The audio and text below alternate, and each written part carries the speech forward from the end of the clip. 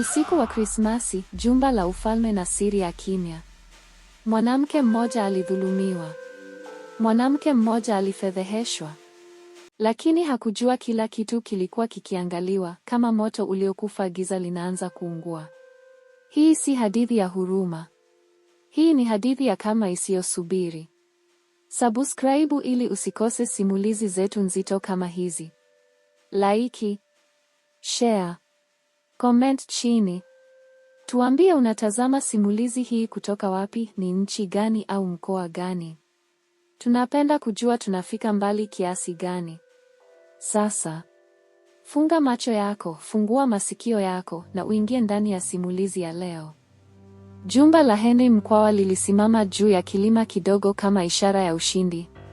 Usiku ulipokolea, taa zake zilikuwa zikimulika anga kana kwamba zilikuwa zinaiambia dunia nzima kuwa hapa anaishi mtu aliyefanikiwa. Bustani ilikuwa imetengenezwa kwa umakini, maua yakiwa yamepangiliwa kwa mpangilio wa kisanii, na chemchemi ndogo katikati ikitoa sauti ya maji laini iliyochanganyika na upepo wa usiku. Kwa macho ya watu wa nje, jumba hili lilikuwa ndoto. Lilikuwa kielelezo cha kila kitu ambacho mtu maskini huota kukipata: pesa, heshima, usalama na familia iliyokamilika. Lakini hakuna aliyekuwa akijua kuwa ndani ya kuta hizo kulikuwa na kilio kisicho na sauti, maumivu yaliyofichwa chini ya mazulia ya gharama, na hofu iliyojificha nyuma ya tabasamu za bandia. Henry Mkwawa hakuzaliwa katika utajiri. Alipitia njaa, fedheha na usaliti. Alijifunza mapema kuwa dunia haina huruma. Ndiyo maana alipoanza kufanikiwa, aliapa moyoni mwake kuwa hataacha mtu yeyote aiweke familia yake katika aibu.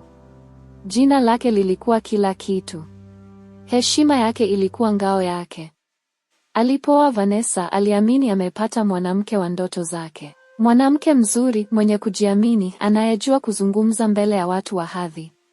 Hakujua kuwa ndani ya uzuri huo kulikuwa na giza lililokuwa likisubiri nafasi ya kuonekana.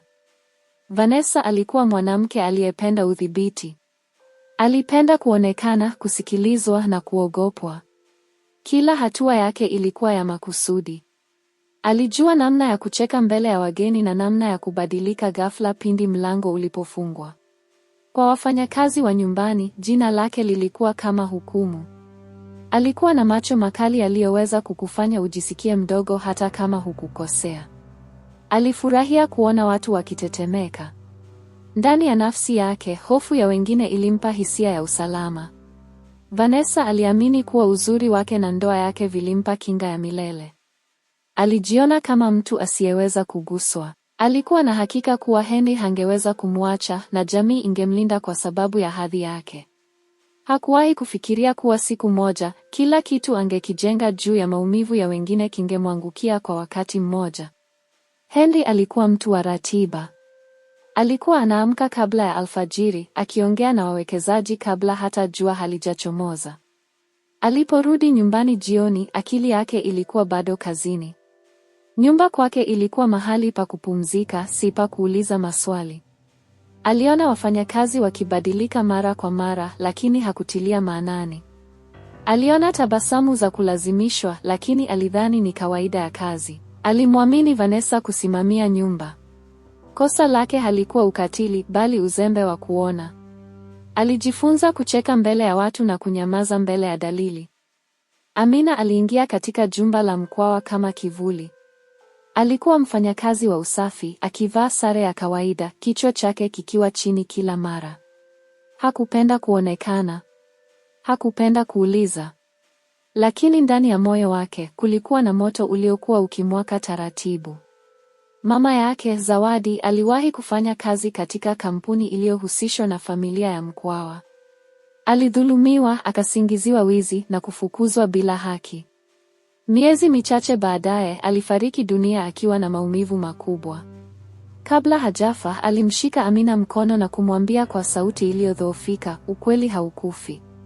Ukikaa kimya, utajilinda. Ukisubiri, utaona haki. Maneno hayo yaligeuka mwongozo wa maisha ya Amina. Krismasi ilipokaribia, jumba la Mkwawa liligeuka uwanja wa pilikapilika. Mapambo ya gharama yaliletwa, wapishi waliongezwa na wageni wa hadhi waliandaliwa. Vanessa alikuwa mkali zaidi kuliko kawaida. Hakuvumilia kosa lolote. Sakafu ikiteleza kidogo, sauti ya bakuli ikigonga vibaya, au kuchelewa kwa dakika chache kuligeuka kuwa kosa kubwa. Amina alifanya kazi bila kupumzika. Aliona chuki machoni mwa Vanessa. Alijua kitu kibaya kilikuwa kinakuja. Lakini alikaa kimya. Alikuwa amejiandaa. Hakuwa amejua kuwa usiku wa Krismasi usingebadilisha maisha yake pekee, bali ungeivunja kabisa familia ya Mkwawa. Usiku wa Krismasi ulifika kwa kelele za furaha. Nyimbo za Krismasi zilijaza hewa, taa za rangi zilimetameta kwenye kuta za jumba, na wageni wa hadhi walifika wakiwa wamevaa mavazi ya gharama. Kicheko kilisikika kila kona ya sebule. Kwa macho ya nje, kila kitu kilikuwa kamilifu. Lakini ndani ya Vanessa kulikuwa na msukumo wa ajabu. Alikuwa amechoka, amekasirika, na alikuwa akitafuta pa kumwaga hasira yake. Kila tabasamu alilolazimisha mbele ya wageni lilikuwa kama mzigo mzito zaidi juu ya kifua chake. Amina alikuwa jikoni, mikono yake ikitetemeka kwa uchovu. Alikuwa amesimama tangu asubuhi, akifuta, akiosha, akihudumia. Alijaribu kuepuka macho ya Vanessa, lakini usiku huo haukuwa na mahali pa kujificha. Vanessa alipomwona Amina akiteleza kidogo karibu na choo cha wageni, hasira ilimlipuka kama moto uliomwagikiwa petroli. Hakusubiri kuuliza. Alimvuta Amina kwa mkono, akampeleka chooni kwa nguvu. Ndani ya choo hicho cha kifahari, maneno ya Vanessa yaligeuka visu. Alimdhalilisha Amina kwa sauti ya chini lakini kali. Hakutaka wageni wasikie. Alitaka maumivu yabaki siri. Kisha ukatili ulifika kilele. Kwa amri baridi, Vanessa alimlazimisha Amina kunywa maji ya chooni. Amina alihisi dunia ikisimama. Machozi yalitiririka, mwili wake ukatetemeka, lakini hakupiga kelele. Alitii. Ndani ya kimya chake kulikuwa na uamuzi. Huu haukuwa mwisho. Huu ulikuwa mwanzo. Amina alipotoka chooni, alijikokota hadi chumba chake kidogo kilichokuwa nyuma ya jumba. Alifunga mlango, akaketi sakafuni na kuvuta pumzi ndefu. Ndipo alipochukua simu yake. Kamera ndogo aliyokuwa akiificha kwenye mfuko wa sare yake ilikuwa imechukua kila kitu. Sauti, picha, ukweli wote. Amina hakulia tena.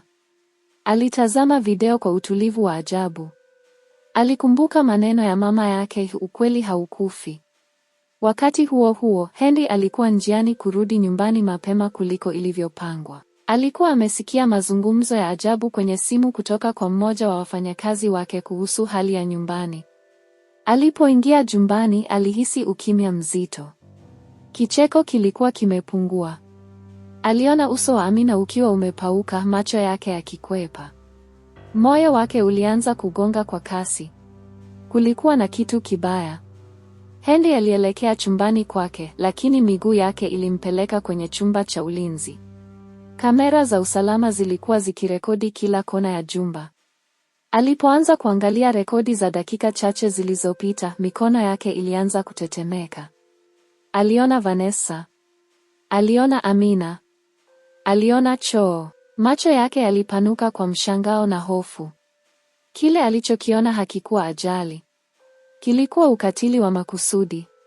Henry alikaa kimya, akitazama skrini kana kwamba dunia yake yote ilikuwa inavunjika mbele ya macho yake. Hapo ndipo alipojua Krismasi hii haingemalizika kama nyingine. Henry alitoka chumba cha ulinzi akiwa na uso uliokakamaa. Hakutoa kelele. Hakuita polisi mara moja.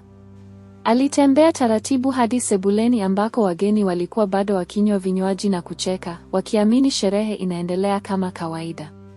Kwa sauti tulivu lakini yenye uzito, Henry aliomba muziki uzimwe. Ukimya ulitanda. Alimwomba kila mtu abaki.